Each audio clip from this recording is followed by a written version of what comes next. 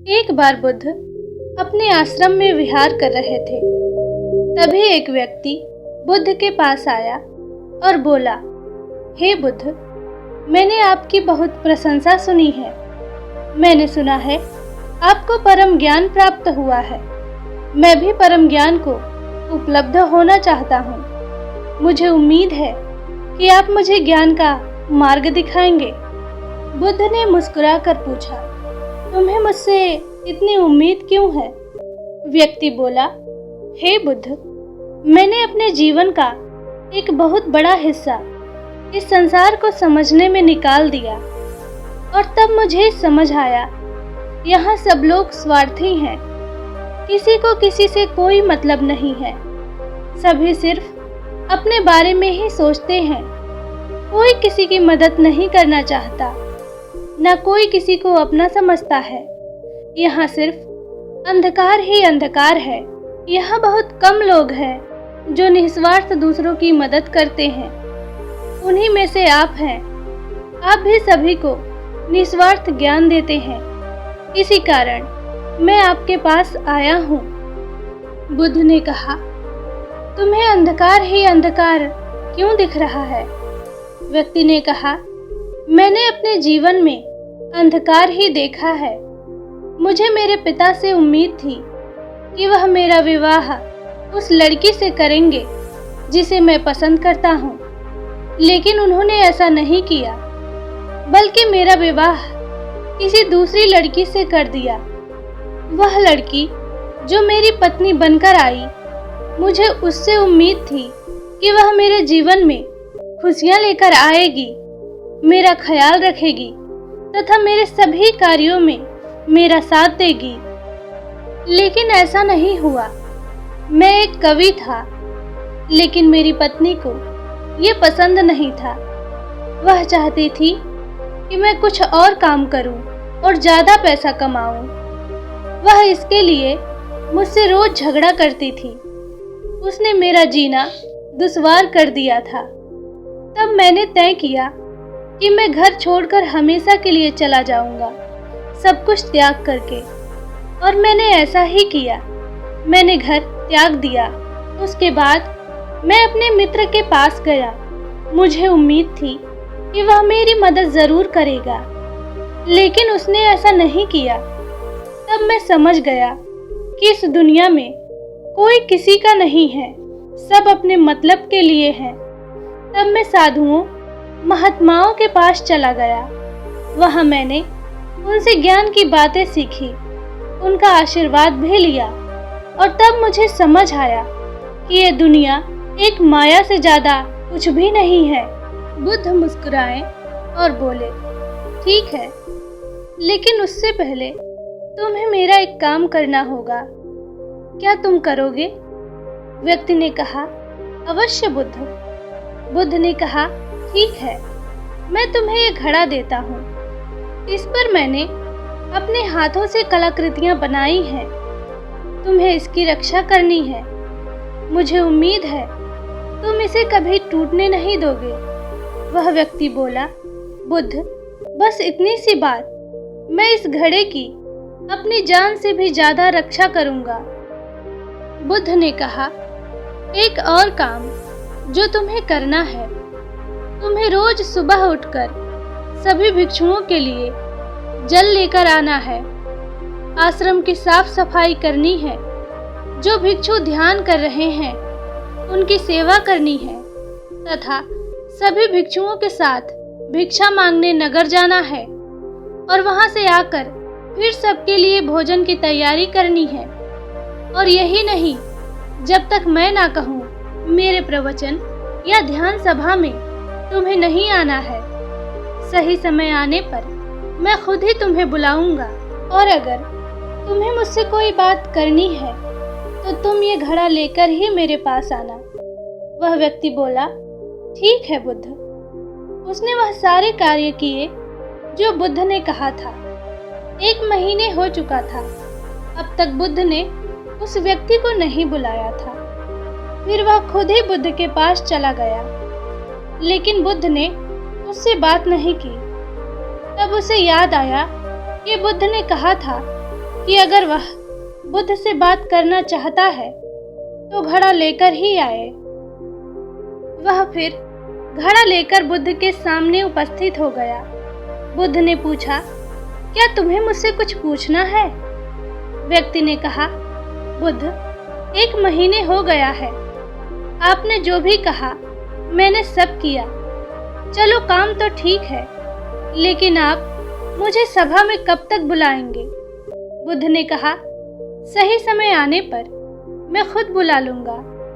यह सुन वह व्यक्ति वहां से चला गया और अपना काम करता रहा। ऐसे देखते हुए 1 महीना और बीत गया। 2 महीने हो चुके थे।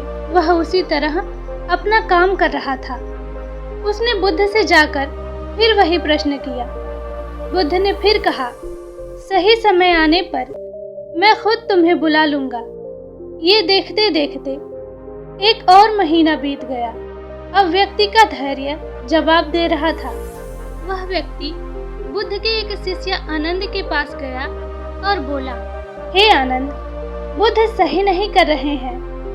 मुझसे बाद में आए शिष्यों को बुद्ध ने अपनी सभा में शामिल कर लिया, लेकिन मुझे अभी तक नहीं किया। आनंद ने कहा, बुद्ध ने जो भी कहा है वह तुम्हारे लिए है, उसे किसी और से मत कहो। बुद्ध तुमसे प्रेम करते हैं। उन्होंने जो घड़ा तुम्हें दिया है वह उन्होंने खुद गढ़ा है। उन्होंने आज तक ये घड़ा किसी को नहीं दिया था, लेकिन तुम्हें दिया है। वह व्यक्ति यह सुनकर चुपचाप चला गया। उसे लगने लगा था कि यह घड़ा देकर बुद्ध ने उसे अपना गुलाम बना लिया है। एक दिन उस व्यक्ति के धैर्य ने जवाब दे ही दिया और वह घड़ा लेकर बुद्ध के सामने खड़ा हो गया और बोला, आप मुझे मूर्ख बना रहे हैं। मैं जब से आया हूँ तब से ही इंतजार कर रहा हूँ कि आप मुझे सभा में बुलाएंगे, ज्ञान देंगे, लेकिन आपने ऐसा कुछ नहीं किया। जब भी मुझे आपसे बात करनी होती है, मुझे ये घड़ा लेकर आपके पास आना होता है। मुझे लगा था आप मुझे कुछ सिखाएंगे, लेकिन ऐसा नहीं हुआ। आप मेरी उम्मीदों पर खरा नहीं उतरे। ये सुन बुद्ध मुस्कुराए और बोले कि जल्द ही मैं तुम्हें ध्यान सभा में बुलाऊंगा। वह व्यक्ति भड़क गया और बोला, मुझे आपके किसी भी ज्ञान की जरूरत नहीं है। मुझे नहीं लगता आपको कोई ज्ञान प्राप्त है। आप झूठा ही ज्ञान का प्रदर्शन करते हैं और मुझे आपके इस घड़े की भी कोई जरूरत नहीं है। और वह घड़ा उस व्यक्ति ने जमीन पर दे मारा। घड़ा टूट गया। बुद्ध एक कपड़े में उस घड़े के टुकड़े को समेटने लगे। ये देख वह व्यक्ति लज्जित हो गया और बुद्ध से माफी मांगने लगा और बोला, बुद्ध, मुझे क्षमा करें, मुझे क्रोध आ गया था।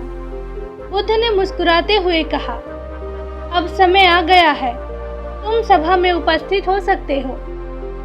बुद्ध उस व्यक्ति को सभा में ले गए और प्रवचन शुरू किया। बुद्ध ने कहा, इस दुनिया में व्यक्ति का सबसे बड़े दुख का कारण है उसके किसी वस्तु से खुद को जोड़ना।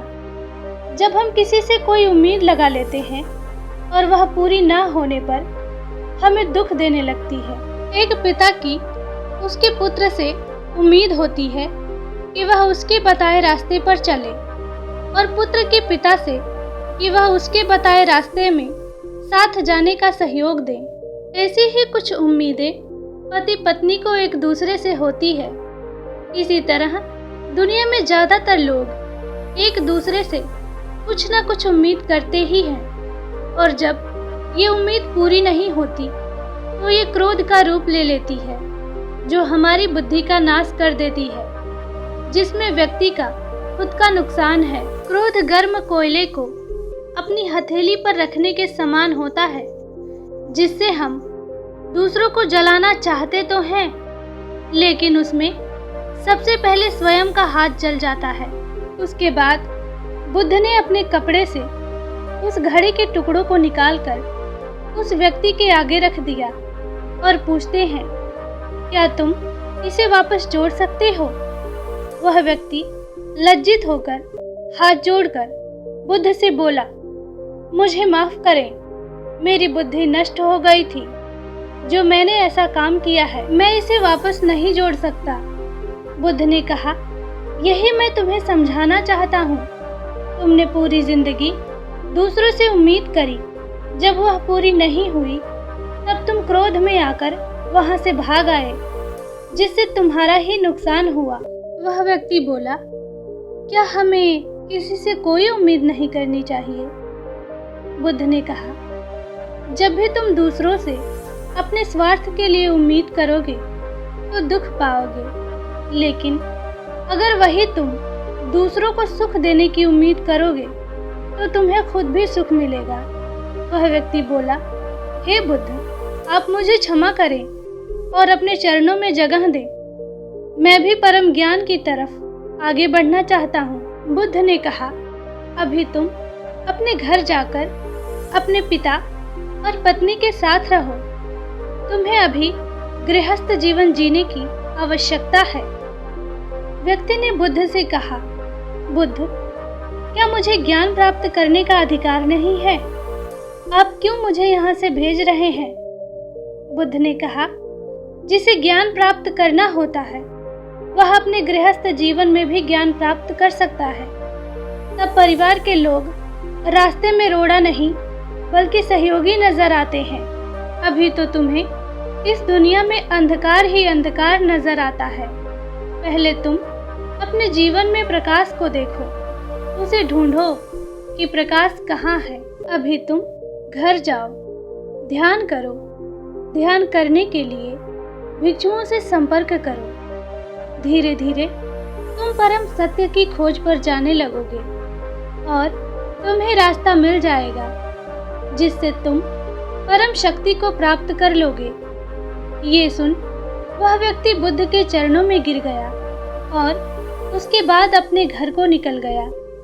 ये देख बुद्ध के शिष्य आनंद ने पूछा, हे बुद्ध, आप सभी को अपने संघ में जोड़ लेते हैं, तो उसे क्यों भेज दिया? बुद्ध ने कहा, सुनो आनंद, इस दुनिया में बुद्धि के विकास और प्राथमिक चरण को पार करने के लिए दुनिया से होकर गुजरना पड़ता है। कोई भी व्यक्ति सन्यासी होकर या संसार को छोड़कर ज्ञान के मार्ग पर आगे नहीं बढ़ सकता। ज्ञान को प्राप्त करने के लिए आपको इस दुनिया में रहकर यहाँ की चीजों को, लोगों को करीब से जानना होगा, तभी वह आगे की यात्रा को शुरू कर सकता है। उसने अभी सांसारिक जीवन को जाना ही नहीं था, वह उससे भाग रहा था। जैसे ही वह सांसारिक मार्ग को जान लेगा, खुद ही ज्ञान को प्राप्त कर लेगा। दोस्तों, आपने इस वीडियो से क्या सीखा? कमेंट करके ज़रूर बताएं।